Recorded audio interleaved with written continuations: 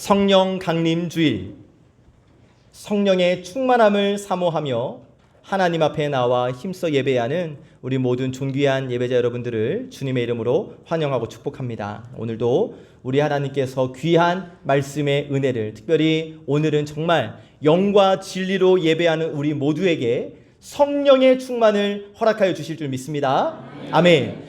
우리 주변 분들과 함께 인사 나누실 때 먼저 가까이 계신 분들과 사랑합니다, 축복합니다 인사 나누실게요. 사랑합니다, 사랑합니다, 축복합니다, 축복합니다, 축복합니다.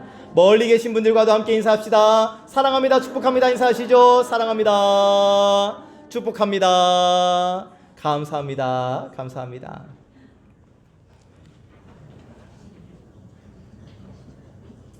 예, 감사합니다. 여러분 어디서 이런 거 본 적 있으세요? 네. 어디서 보셨어요?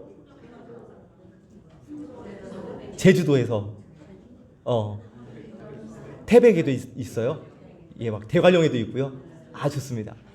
우리 주변에서는 쉽게 볼 수 없지만 약간 높은 지역이나 혹은 이제 바닷가에서 흔히 볼 수 있는 풍력 발전기입니다. 이 풍력 발전기는 높이가 최소 70m 이상이 되어져야 한다고 하고요.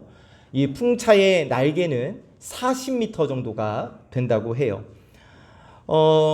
현재 환경보호 및 안정적인 에너지원 확보를 위해서 고심하고 있는 나라들이 지금 재생에너지에 눈을 돌리고 있는데, 이 풍력 발전이 재생에너지의 한 부분이라 할 수 있겠습니다. 탄소 중립 시대, R200 이런 얘기들이 우리가 많이 들어왔잖아요. 기후 위기 극복을 위해서 힘쓰고 있고, 우리나라도 이번에 선출된 대통령의 주요 공약 중에 하나가 이런 재생에너지 관련 부분이었기 때문에 우리나라에도 이 재생에너지 관련 사업이 많이 펼쳐지지 않을까, 이런 생각은 해보게 됩니다. 근데 그런 얘기를 하고 싶은 것은 아니고요. 이 풍력 에너지를 얻기 위한 가장 중요한 조건이 있습니다. 풍력으로, 바람의 힘으로 전기를 만들어내려면 풍차의 날개가 있는 곳에 최소 초속 4m 이상의 바람이 불어야 한다는 거예요. 그러니까 바람이 있어야 이 풍력 발전기로 전기를 만들어낼 수 있다는 것이죠. 여러분, 여기서 우리는 한 가지 문제 제기를 할 수가 있습니다. 뭐냐면, 풍력 발전의 기술이 좋아지고 이 풍력 발전기를 정말 고과학적으로 정말 좋은 기술로 잘 만들어냈어도 바람이 불지 않으면, 풍력 발전기를 여기저기다가 많이 세운다 했을 때에 바람이 안 불면 어떻게 되는 거예요? 바람이 불어야 풍차가 돌고 풍차가 돌아야 풍력 에너지를 만들 수 있는 것인데, 바람이 안 불면 아무런 의미가 없는 거예요. 그런데 우리의 신앙도 여러분 마찬가지입니다. 하나님께서 성령의 바람, 은혜의 바람, 복의 바람을 우리에게 불어주셔야만 우리는 복된 인생을 살아갈 수가 있는 거예요. 하나님께서 성령의 바람을 불어주셔야만 우리는 이 영적 전쟁에서 승리할 수 있는 겁니다. 성령의 바람이 불지 않으면, 그래서 우리의 삶에서 성령의 바람을 맞닥뜨리지 않으면 우리는 무기력한 인생을 살 수밖에 없다는 것이죠. 자, 예수님의 제자들을 한번 보실까요? 예수님의 제자들은 3년 동안 예수님과 함께 먹고 함께 자고 함께 다니면서 예수님께로부터 직접 훈련을 받았던 자들이에요. 하지만 그들은 어떠한 모습을 보였습니까? 겟세마네 동산에서 로마 병사들에게 예수님께서 잡혀가실 때에 뿔뿔이 도망갔던 예수님의 제자들, 그 중에 평소에 수제자로 행동했던 베드로, 우리가 너무나 잘 알고 있죠. 예수님께서 베드로에게, 제자들에게 오늘 밤에 너희가 다 나를 버릴 것이다 라고 말씀하셨을 때 베드로가 뭐라고 합니까? 모두 주를 버릴지라도 나는 절대 버리지 않겠습니다 라고 했던 베드로. 또 예수님께서 오늘 밤 닭 울기 전에 네가 3번 나를 부인하리라 라고 말씀하셨을 때 내가 주와 함께 죽을지언정 주를 부인하지 않겠습니다 라고 호언장담했던 베드로. 그런데 어떻게 됐어요? 12시간도 지나지 않아서 새벽녘 닭 울기 전에 3번씩이나 예수님을 부인하고 심지어 마지막에는 예수님을 저주까지 했잖아요. 그리고 로마 군사들에게 잡힐까가 무서워서 예루살렘으로 다른 제자들과 함께 틀어박힌 채 숨어 있었던 베드로예요. 그때 그랬던 베드로가 부활하신 예수님을 만납니다. 그리고 부활하신 예수님께서 40일 동안 이 세상에 계시다가 감람산에서 승천하시기 직전에 하신 말씀을 이 베드로가 듣게 됩니다.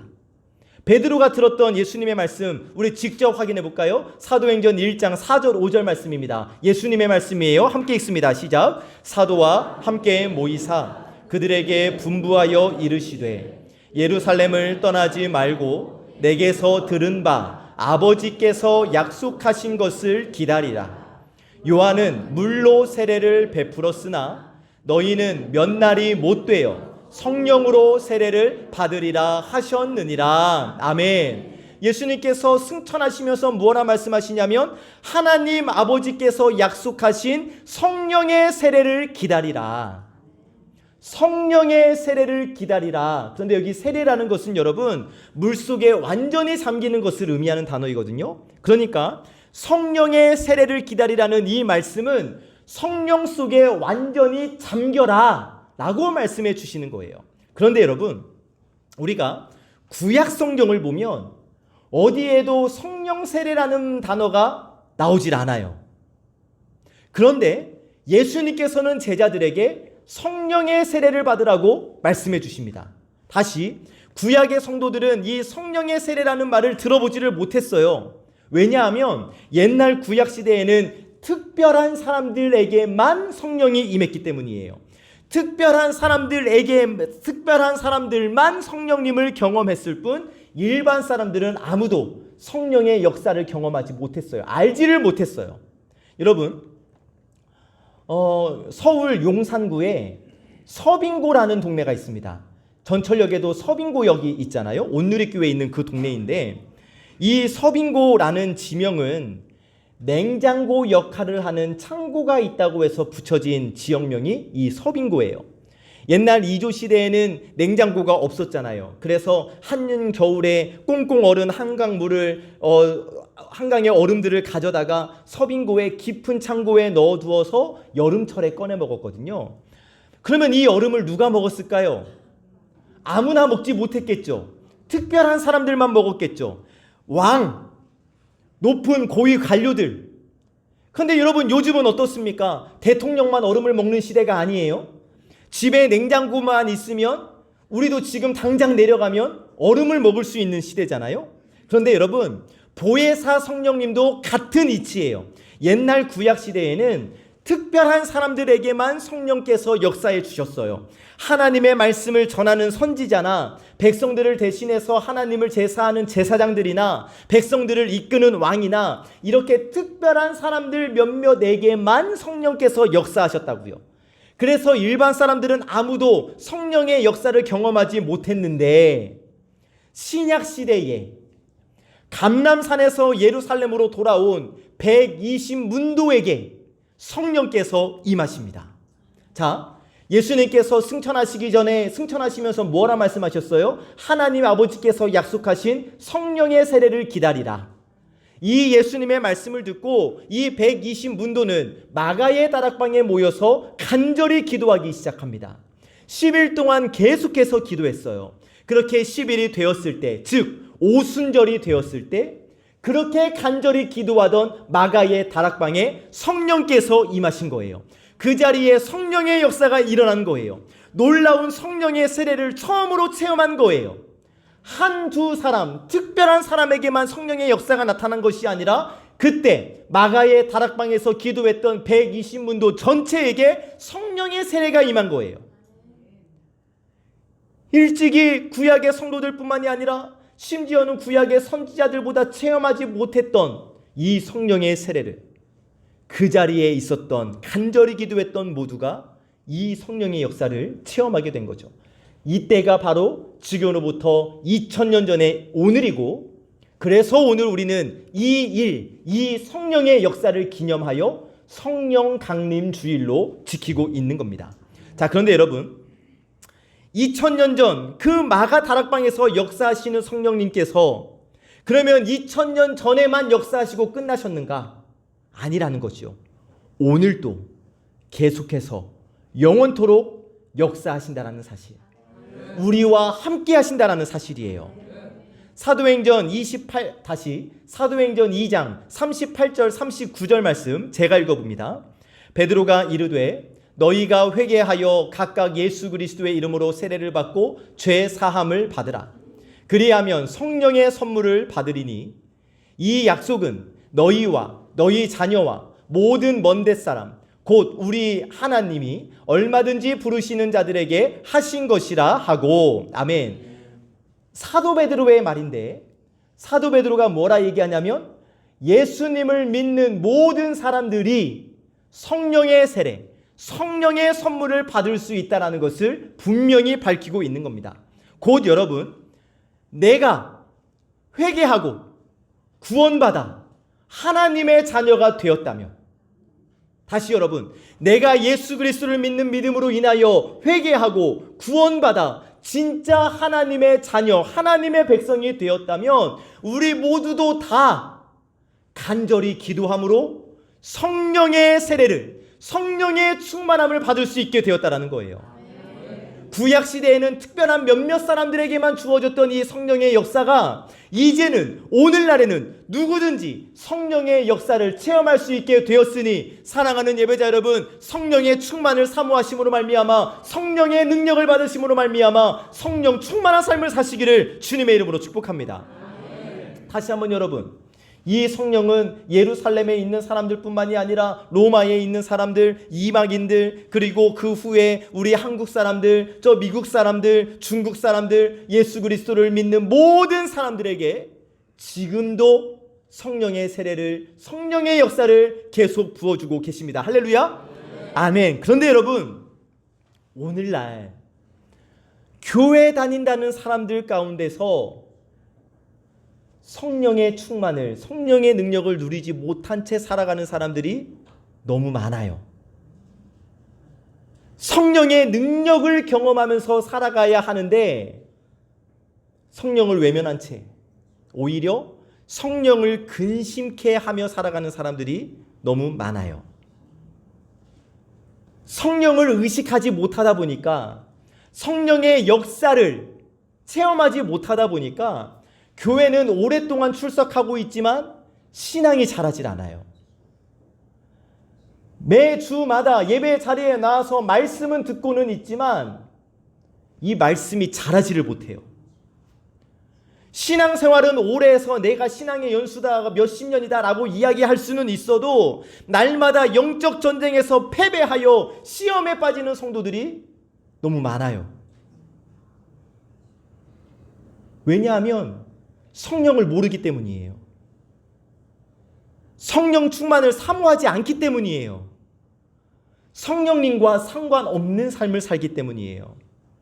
그래서 하나님은 그러한 사람들에게, 또 하나님의 영, 성령을 사모하는 우리에게 성령 충만함을 받을 수 있는 비결, 성령의 세례를 받을 수 있는 비밀을 소개해 주시는데, 그것이 바로 오늘 우리에게 주시는 말씀입니다. 오늘 받은 말씀 데살로니가 전서 5장 19절 말씀 다시 한번 읽어봅시다. 시작. 성령을 소멸하지 말며. 아멘.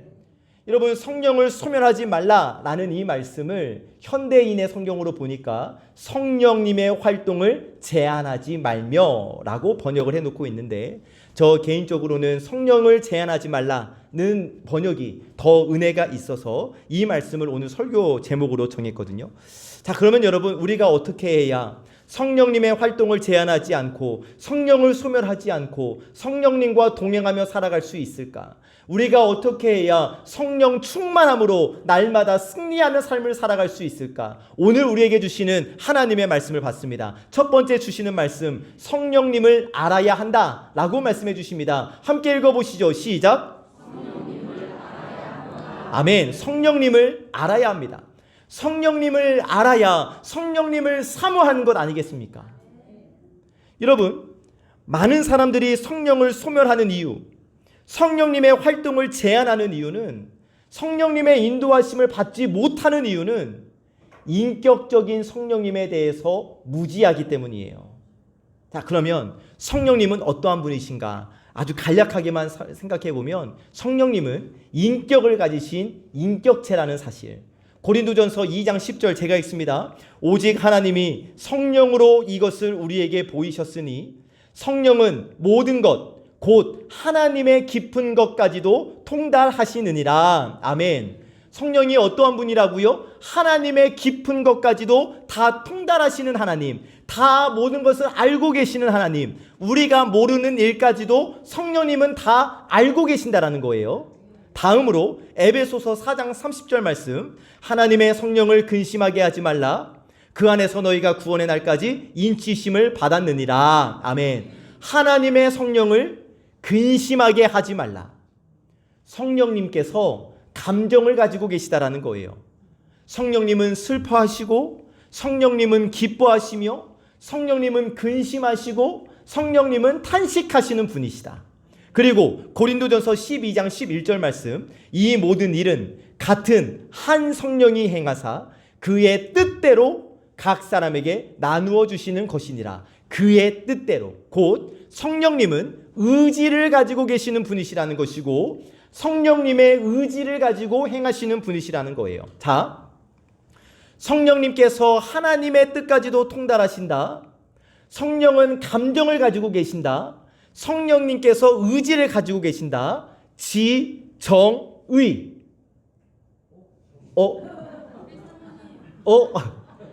성령님께서 지, 정, 의를 가지고 계시는 인격체이신 성령님이시기에 우리는 이 성령님을 인격적으로 대접해 드려야 한다는 거예요.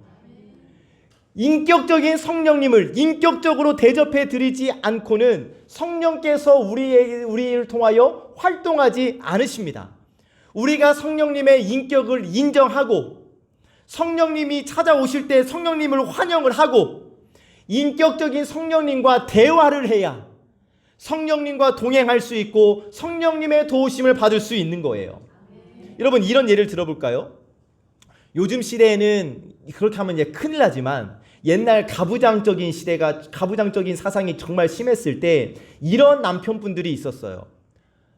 식사하고 나서 물 하면 이제 물 갖다 주시고, 물 드신 다음에 커피 하면 이제 커피 갖다 드려야 하고, 또 분명 신문은 조금만 손 뻗으면 신문 가져올 수 있는데 신문 하면 이제 신문 갖다 주고, 남편이 황제처럼 살았던 시대가 불과 얼마 전까지만 해도 있었어요.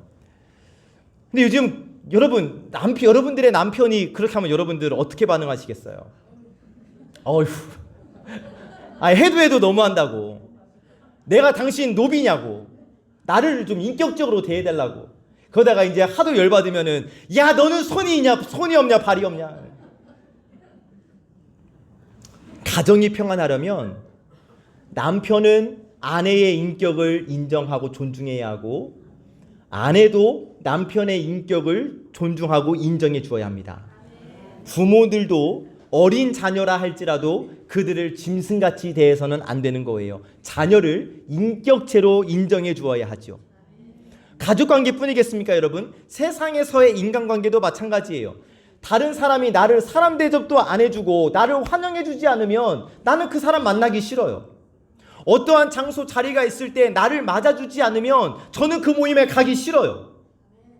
성령님도 지, 정, 의를 가지고 계시는 인격체이시기 때문에 우리가 성령님을 인격적으로 대할 수 있어야 한다는 거예요. 성령님을 인정해 줄 수 있어야 한다는 거예요. 성령님을 존중해 주어야 한다는 거예요. 그렇지 않으면 성령님과의 교제가 단절된다는 것이죠. 그럼 구체적인 방법으로 하나 말씀드려 볼게요. 베니힌 목사님이 쓴 안녕하세요 성령님의 내용인데요. 이 베니힌 목사님은 잠에서 깨면 가장 첫 마디가 성령님 안녕하세요. 오늘 저와 동행해 주세요. 이게 첫 마디라고 합니다. 그리고 매 순간순간마다 성령님 고맙습니다. 또 성령님 어떻게 할까요? 항상 성령님께 묻고 성령님과 교제한다라는 거예요. 아하, 이거구나. 특별한 무슨 방법이 있는 것이 아니라 늘 성령님의 뜻을 구하는 것. 지금 성령님이 우리와 함께 하시고 또 성령님이 내 안에 우리 안에 내주하고 계시니까 아주 잠깐만 틈을 내어서 성령님 제가 이 상황에서 어떻게 해야겠습니까? 성령님의 뜻을 구하는 것, 이것이 바로 성령을 제한하지 않는 거구나. 성령의 능력을 얻을 수 있는 거구나. 여러분 이것을 기억하시어서 우리의 모든 삶의 자리에서 성령님을 인정하고 성령님을 환영하고 성령님을 모셔드리고 성령님을 의지하며 살아가는 우리 예배자들이 되시기를 주님의 이름으로 축복합니다. 환영하세요. 성령님을 환영하심으로 말미암아 성령의 능력을 누리며 살아가는 우리 예배자들이 되시기를 주님의 이름으로 간절히 축복합니다. 아멘. 두 번째 주시는 말씀, 어둠의 일을 쫓지 말라고 말씀해 주십니다. 함께 읽어보시죠. 시작. 아멘. 우리가 성령님을 모셔드렸어요. 그 다음으로 할 일이 있으니 어둠의 일을 쫓지 않는 거예요. 우리가 성령 충만함으로 날마다 승리하는 삶을 살기 위해서 해야 할 일, 어둠의 일을 쫓지 않는 거예요. 여러분, 아무리 캄캄한 곳이라 할지라도 전등을 켜는 순간 어둠은 사라져버립니다. 그런데 아무리 정말 휘황찬란한 인테리어가 되어 있다 할지라도 전등을 끄는 순간 어두워져요. 아무것도 보이지 않아요. 왜냐하면 어둠과 빛은 공존할 수 없기 때문입니다. 마찬가지로 우리가 어둠의 일을 따라갈 때에, 어둠의 일을 쫓아갈 때에 내 안에 내주하시는 성령님은 소멸되는 거예요. 성령님이 제한되는 거예요. 요한일서 1장 5절 6절 말씀 제가 읽어볼게요. 우리가 그에게서 듣고 너희에게 전하는 소식은 이것이니 곧 하나님은 빛이시라. 그에게는 어둠이 조금도 없으시다는 것이니라. 만일 우리가 하나님과 사귐이 있다 하고 어둠에 행하면 거짓말을 하고 진리를 행하지 아니함이거니와. 아멘. 하나님은 빛이시다. 하나님은 빛이시기 때문에 어둠과 함께 하실 수가 없어요. 그래서 우리가 어둠을 쫓아가면, 어둠 가운데 거하면 성령께서 소멸하시는 거예요. 여기서 우리가 깨달을 수 있는 것, 아하, 거룩이 능력이구나. 레위기 11장 44절 45절 말씀 제가 읽어봅니다. 나는 여호와 너희의 하나님이라. 내가 거룩하니 너희도 몸을 구별하여 거룩하게 하고 땅에 기는 길짐승으로 말미암아 스스로 더럽히지 말라. 나는 너희의 하나님이 되려고 너희를 애굽 땅에서 인도하여 낸 여호와라. 내가 거룩하니 너희도 거룩할지어다. 아멘. 여러분, 이 세상은 말합니다. 권력이 능력이라고, 돈이 능력이라고, 지식이 능력이라고, 그래서 많이 배워서 지식을 얻으려고 하고 돈 많이 벌어서 능력 있는 사람이 되고 싶어 합니다. 그런데 여러분, 우리 예수 믿는 사람들의 능력은 세상이 말하는 능력과 달라요. 여러분, 우리 예수 믿는 사람들의 능력은 통장에 잔고가 얼마나 있느냐, 얼마나 비싸고 좋은 집에 사느냐, 얼마나 가방끈이 기냐, 이게 아니에요. 여러분, 우리 믿는 자들의 능력은 거룩에 있는 줄로 믿으시기를 주의 이름으로 축복합니다. 우리가 거룩할 때 성령께서 우리와 함께 하시기 때문에, 성령께서 우리와 함께 하시기 때문에 우리는 능력 있는 삶을 살아갈 수가 있는 겁니다. 17세기 프랑스의 성녀라고 불리워지는 잔느 귀용이라는 여인이에요. 귀족 집안에서 태어났지만 주님을 영접한 이후에 귀족의 신분을 벗어버립니다. 머리카락을 싹둑 자르고 입고 있었던 실크 옷을 벗어버리고 무명의 옷을 입고 주님의 복음을 전합니다. 여러분, 예나 지금이나 여성들 얼마나 예뻐지려고 노력하고 몸부림을 칩니까? 그런데 이 잔느 귀용은 달랐어요. 어느 날 하루는 이게 목이 좀 파인 옷을 입고 외출을 했는데 남자들이 막 휘파람을 불고 또 윙크를 하고 곁눈질로 쳐다보고 이것을 봤어요. 그래서 그날 잔느 귀용은 집에 돌아와 펑펑 울고 회개하면서 하나님께 서원을 합니다. 무슨 서원을 했냐면, 하나님, 제가 남자들을 유혹하는 죄를 지었습니다. 다시는 평생 동안 목이 파진 옷을 입지 않겠습니다 라고 서원했다라는 거예요. 그래서 앞에 옷을 보시면 여기까지 이렇게 올라와 있잖아요. 하나님께서는 그녀의 마음을 보셨어요. 그리고 그녀의 삶에 성령께서 강하게 역사하십니다. 그래서 누구든지 잔느 귀용을 만나기만 하면 가슴이 뜨거워졌대요. 잔느 귀용을 만나는 사람들은 모두가 다 예수님을 믿는 사람으로 변화되어졌다는 거예요. 여러분, 무슨 말이냐면 거룩이 능력이라는 거예요. 능력 있는 삶을 살아갈 수 있는 비결이 거룩함에 있다는 것이고, 여러분, 나를 통하여 예수 그리스도의 복음이 예루살렘과 온 유대와 사마리아와 땅 끝까지 이르러 전해질 수 있는 비결은 다름 아니라 나의 거룩이 있다는 것입니다. 사랑하는 여러분, 아까 한번 말씀드렸지만 성령은 근심하시는 분이세요. 그래서 바라기는 여러분, 우리 송암의 성도들 중에는 성령을 근심하게 하는 분들이 한 사람도 없기를 바랍니다. 그러기 위해서 우리가 해야 할 일이 어둠을 쫓지 않는 거예요. 거룩하게 살아가는 거예요.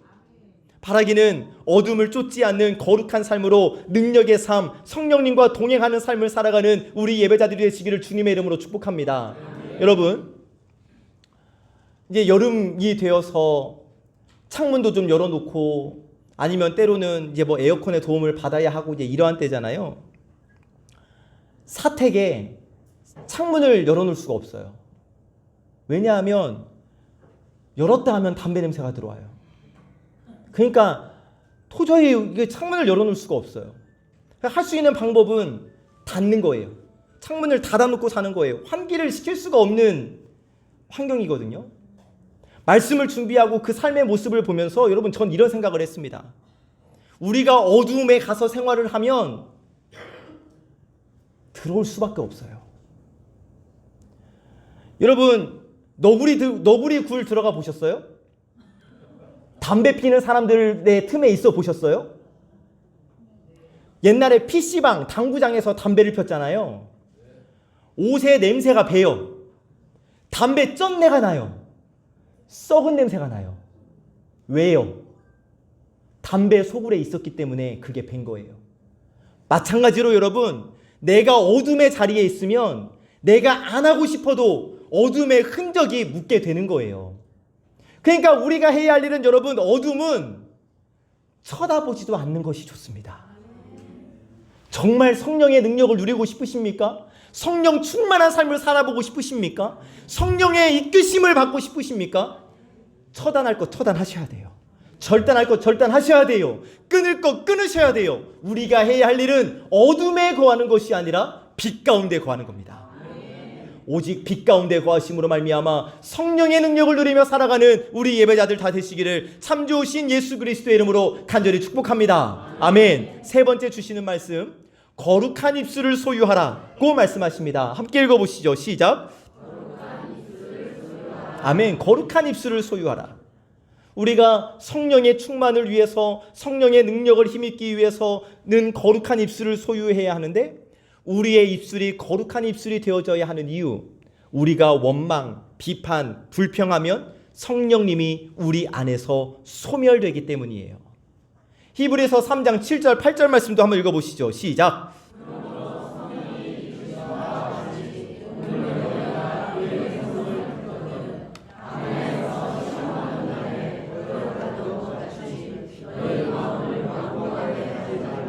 아멘. 성령께서 말씀하시기를 광야에서 시험하던 날에 거역하던 것 같이 하지 말라. 자, 여러분, 우리가 출애굽기 강해 설교를 통하여서 또 아침 묵상 민수기 말씀을 통하여서 확인을 했어요. 이스라엘 백성들이 그 광야를 지나올 때에 하나님을 제대로 믿지 아니하고 가는 곳마다 원망을 했어요. 가는 곳마다 불평을 쏟아냈어요. 어떻게 됩니까? 결국 그 원망과 불평으로 말미암아 애굽에서 나왔던 사람들 중 여호수아와 갈렙을 제외하고는 어느 누구도 그 약속의 땅 가나안 땅에 들어가지 못했잖아요. 그러면 저와 여러분들은 어떻습니까? 입만 열면 원망 불평. 불과 몇 주 전에 제가 이 내용의 설교를 했음에도 불구하고 어제 청년들이 한번 저한테 살짝 꾸지람을 들었어요. 이게 잘 안 돼요. 의식적으로 하지 않으면 잘 안 돼요. 여러분 기억하시기를 바랍니다. 원망과 불평은 백해무익. 어떠한 유익도 없습니다. 성령님은 거룩한 영이시기 때문에 원망과 불평과 비판의 탄식과 부정적인 입술을 가진 사람에게는 결코 역사하시지 않으세요. 그러므로 여러분, 거룩하신 성령님과 동행하기 위해서는 원망과 불평을 제하시기를 주의 이름으로 축복합니다. 거룩하신 성령님과 동행하기 위해서 우리의 입술이 정직하고 깨끗한 입술이 되시기를 주님의 이름으로 간절히 축복합니다. 하나의 예화를 들려드릴게요. 목사님 부부가 있었습니다. 여러분, 목사 가정하면은 대충 막 대략적으로 되게 화목하고 막 이럴 것 같잖아요. 저희 가정처럼. 그런데 이 목사님 부부는 서로 간에 불만이 너무 많았어요. 어느 날 베드로가 이 목사님 가정에 찾아옵니다. 그래서 무엇이든지 기도 제목이 있으면 말하라고, 들어주겠다고. 근데 목사님과 사모님이 똑같은 소원을 빌었어요. 배우자를 바꿔주세요. 그래서 베드로가 사모님에게 물었어요. 그러면 사모님은 어떠한 목사님을 원하세요? 그랬더니 사모님이 침대 밑에서 자물쇠로 꽉꽉 채워진 상자 하나를 열어 보이는 거예요. 그 상자 속에는 계란 7개와 동전 몇 개와 1,000원짜리, 만원짜리 지폐와 또 10만원짜리 수표가 수장이 놓여져 있었습니다. 그래서 베드로가 말해요. 아니, 침대 밑에 웬 계란이 있냐고. 그랬더니 그 사모님이 우리 남편이 설교 때 죽을 때마다 계란을 하나씩 넣어놨습니다. 나도 사람인데, 나도 은혜 받고 싶은데 설교를 저렇게밖에 못하다니요. 설교가 영 마음에 들지 않을 때마다 계란을 하나씩 넣어놨습니다. 근데 베드로가 말하는 거예요. 아니, 계란 7개라면 죽순 게 7번이고 10만원짜리 수표가 있는 것을 보니까 그래도 홈런을 좀 친 모양이라고. 아이고, 아닙니다. 이 수표요, 계란이 한 판씩 모일 때마다 다 내다 판 거예요. 이제 목사님 차례예요. 그래요. 목사님은 어떠한 사모님을 원하십니까? 그랬더니 목사님이 이렇게 대답해요. 자기 할 일은 다 하지도 않고 간섭하고 불평이나 하고 다니는 이 아내는 진짜 진절머리가 납니다. 조선시대 여자처럼 순종적인 아내를 하나 보내주시고 거기다가 얼굴도 예쁘면 좋고 지성적이고 겸손하고 헌신적이고 부지런하고 음식 솜씨까지 갖추면 좋겠습니다. 베드로가 말합니다. 그건 안 됩니다. 그런 여자 있으면 제가 데리고 살죠.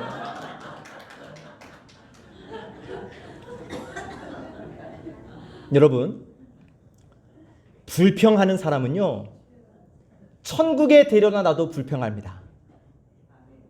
그런데 감사하는 사람은요, 아무리 지옥과 같은 환경이라 할지라도 그 안에서 감사를 찾아내요.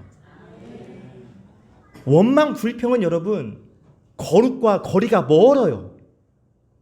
감사가 거룩과 가깝습니다. 범사에 믿음을 가지고 감사하는 생활을 할 때, 특별히 우리의 입술이 거룩한 입술이 될 때 주님께서 기뻐하여 주실 줄 믿습니다. 그리고 그 사람에게 성령께서 역사하여 주실 줄 믿습니다. 자, 몇 주 전에도 이 거룩한 입술에 대해서 우리가 말씀을 나누었는데 반복해서 하나님께서 이 말씀을 주시는 이유가 있지 않겠어요? 바라기는 여러분, 거룩한 입술, 감사의 입술을 소유하는 우리 송암의 모든 권속들 되시기를 주님의 이름으로 축복합니다. 저희 집에서 자주 듣는 소리가 있어요.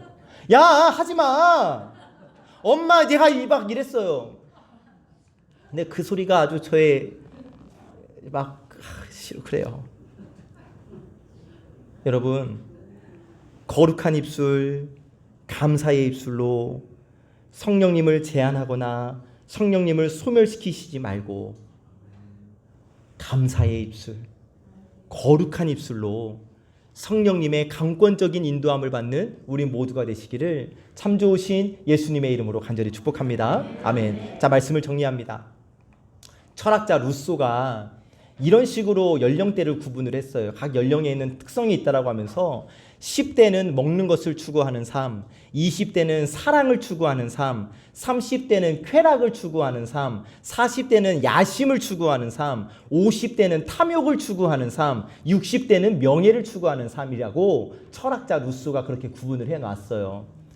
그러면 여러분 한번 질문을 해봅니다. 그리스도인들, 우리 송암의 성도들은 무엇을 추구하는 삶을 살아야 할까요? 우리는 무엇에 의해 움직이는 삶을 살아야 할까요? 사랑하는 여러분, 우리 그리스도인들은 성령님에 의하여 움직이는 삶이 되어야 할 줄로 믿습니다. 성령님의 활동을 제한하지 마십시오. 성령님을 소멸시키지 마십시오. 날마다 성령님과 동행하고 성령님의 인도하심을 받으며 성령님의 이끄심, 성령님의 도우심을 받는 우리 사랑하는 예배자들의 삶이 되시기를 주님의 이름으로 간절히 축복합니다. 제가 정말 좋아하는 찬송가 가사예요. 여러분들도 좋아하실 거예요. 좁은 길을 걸으며 밤낮 기뻐하는 것 주의 영이 함께함이라. 다시 한번 좁은 길을 걸으며 좁은 길을 걸으 밤낮 기뻐하는 것 기뻐하는 주의 영이 함께함이라. 다시 한번 여러분, 좁은 길을 걸으며 밤낮 기뻐하는 것 좁은 길을 걸으며 밤낮 기뻐하는 것 주의 영이 함께함이라. 사랑하는 여러분, 오늘 이 시간 이후로 늘 성령님과 동행하심으로 말미암아 밤낮 기뻐하는 인생 되시기를, 기쁨이 넘치는 인생 되시기를 참 좋으신 예수님의 이름으로 간절히 축복합니다. 성령님을 모시어 드리고 거룩한 삶, 감사하는 삶으로 성령님과 늘 함께 동행하는 우리 사랑하는 모든 예배자들의 삶이 되시기를 참 좋으신 예수님의 이름으로 간절히 축복합니다. 우리 함께 결단 찬양 부르실 때 오늘은 다 일어서시면 뒤에 분들이 안 보이니까 결단 찬양 앉아서 하나님께 올려드릴게요. 찬송가 191장 우리 힘차게 박수하고 찬양하면서 우리 결단하겠습니다.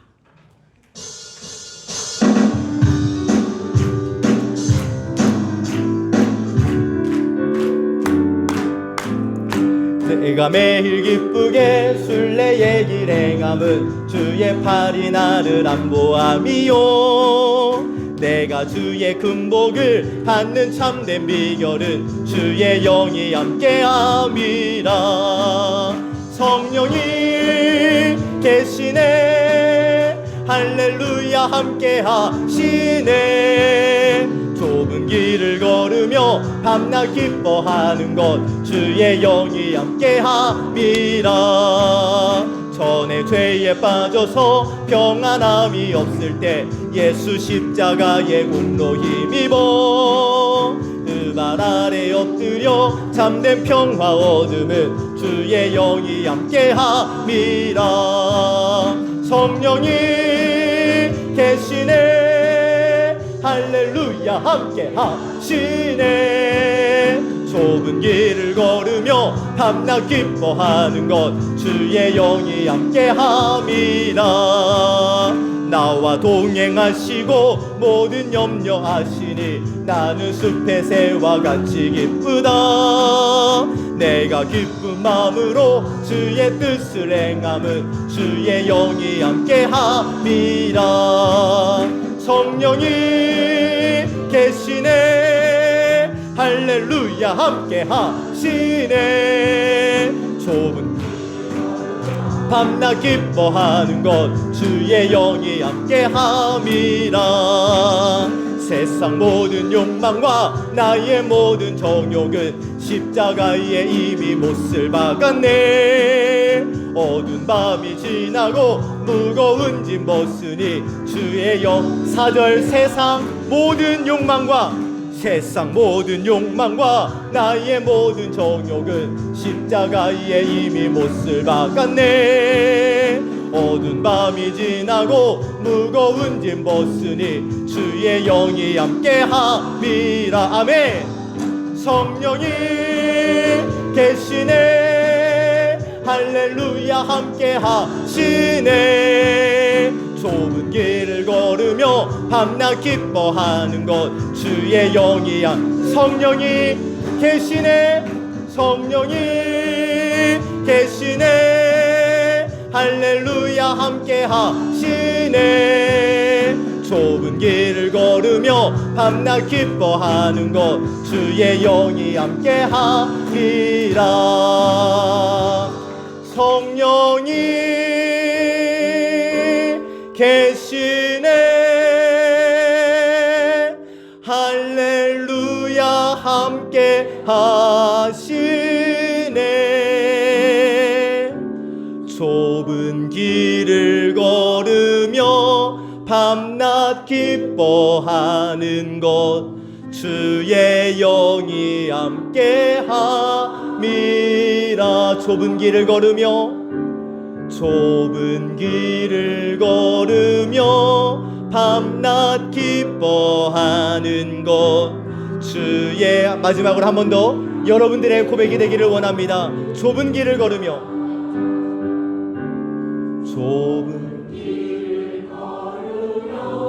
밤낮 기뻐하는 것 주의 영이 함께하니. 우리와 동행하시고 우리의 삶을 능력으로 채워주실 우리 하나님께 감사와 영광의 박수를 올립시다. 할렐루야.